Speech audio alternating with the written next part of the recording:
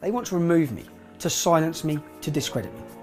They have tried to stop me in every possible way, from taking my finances to imprison me, to slander me, to linking me to Darren Osborne and extremism. Now they want to take away the final thing I have, my voice. I don't doubt one day they will wipe me off social media completely, forever. They will take away my right to defend myself when I'm slandered in the press. The media will be able to tell you whatever they want about me, and I'll have no way of responding. If they can do it to me, they can do it to you. One day you won't be able to reach me on social media at all, or watch my videos on YouTube. But they're going to try and stop this at every level. They already are.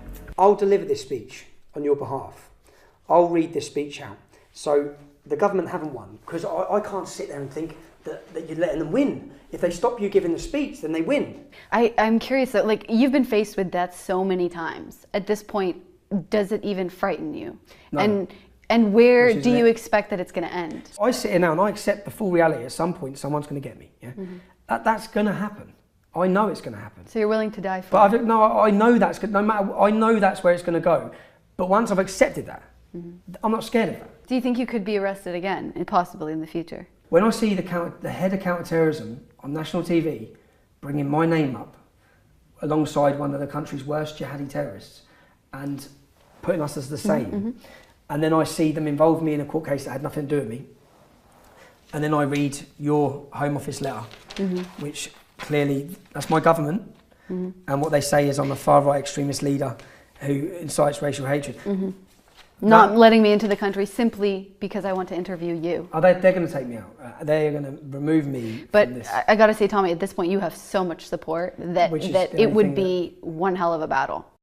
A chillingly prophetic comment there from Tommy Robinson from several months ago. So, the moment has arrived, and a lot of people would prefer to deny the reality in front of them, to simply say that this isn't the moment. This isn't the right time to speak out and protest.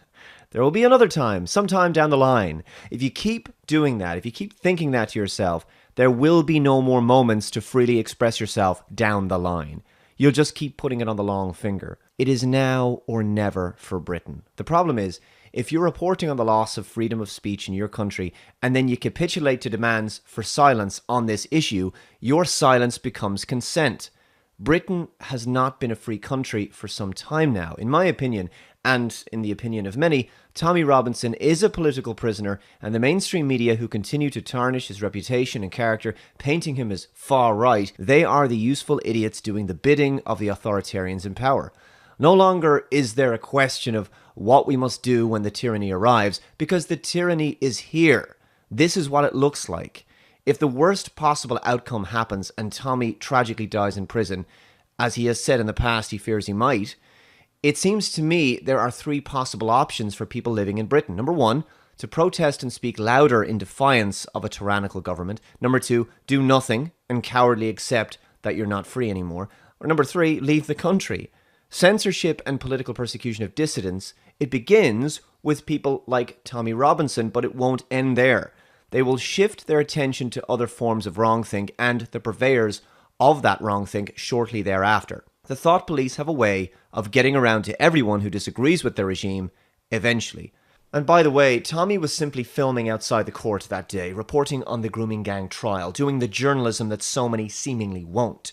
Tommy actually sought permission to film there, and the only information he used was that which had already been released by the mainstream, so he was being very careful about what he was saying on that live stream. He received permission from the police, and they said it was fine to do what he was doing, only for them to then change their tune and arrest him under suspicion of breaching the peace. So anyone saying that Tommy's reporting could have potentially compromised or disrupted the grooming gang trial in some way, you don't know what you're talking about.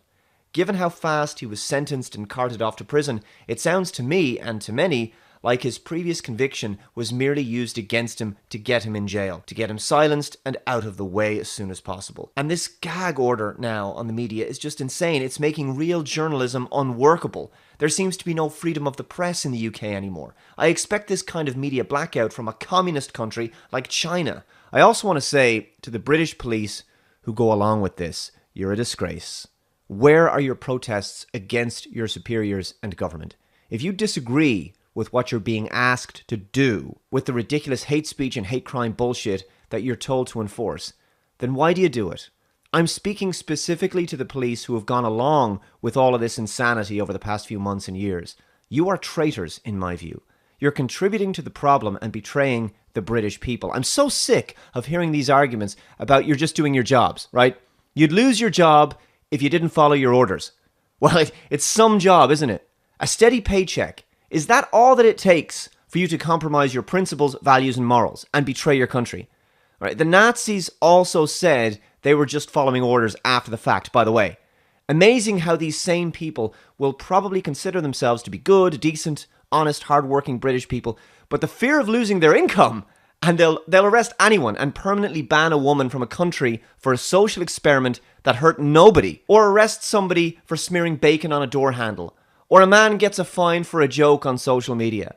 Right? You're doing this. A person should be held responsible for their own individual actions. And if your actions are contributing to the enforcement of tyranny, I really don't care what your justification is.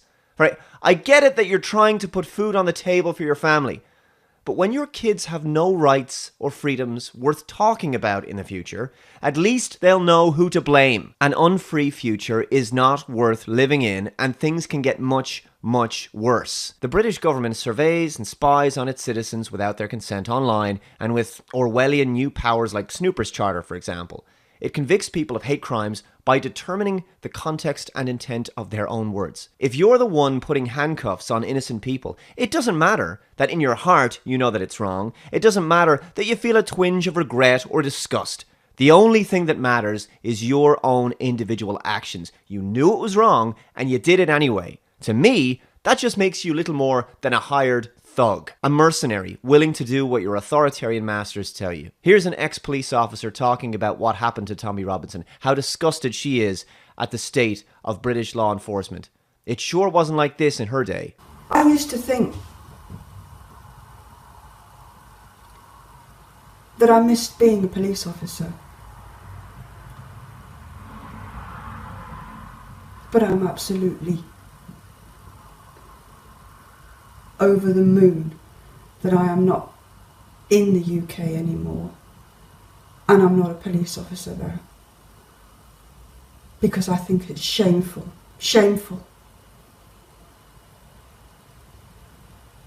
I have made a formal complaint to the West Yorkshire Police.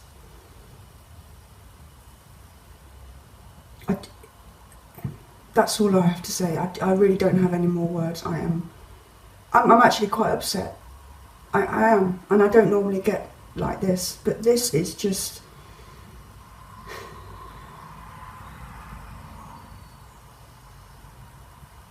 I don't know what else to say.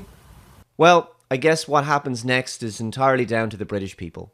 I'll conclude by saying I sincerely hope it doesn't take Tommy Robinson's possible death in prison in order to get people to speak out about what's happening in their country. Just be aware, they're counting on you to be afraid. So afraid that you'll even self-censor.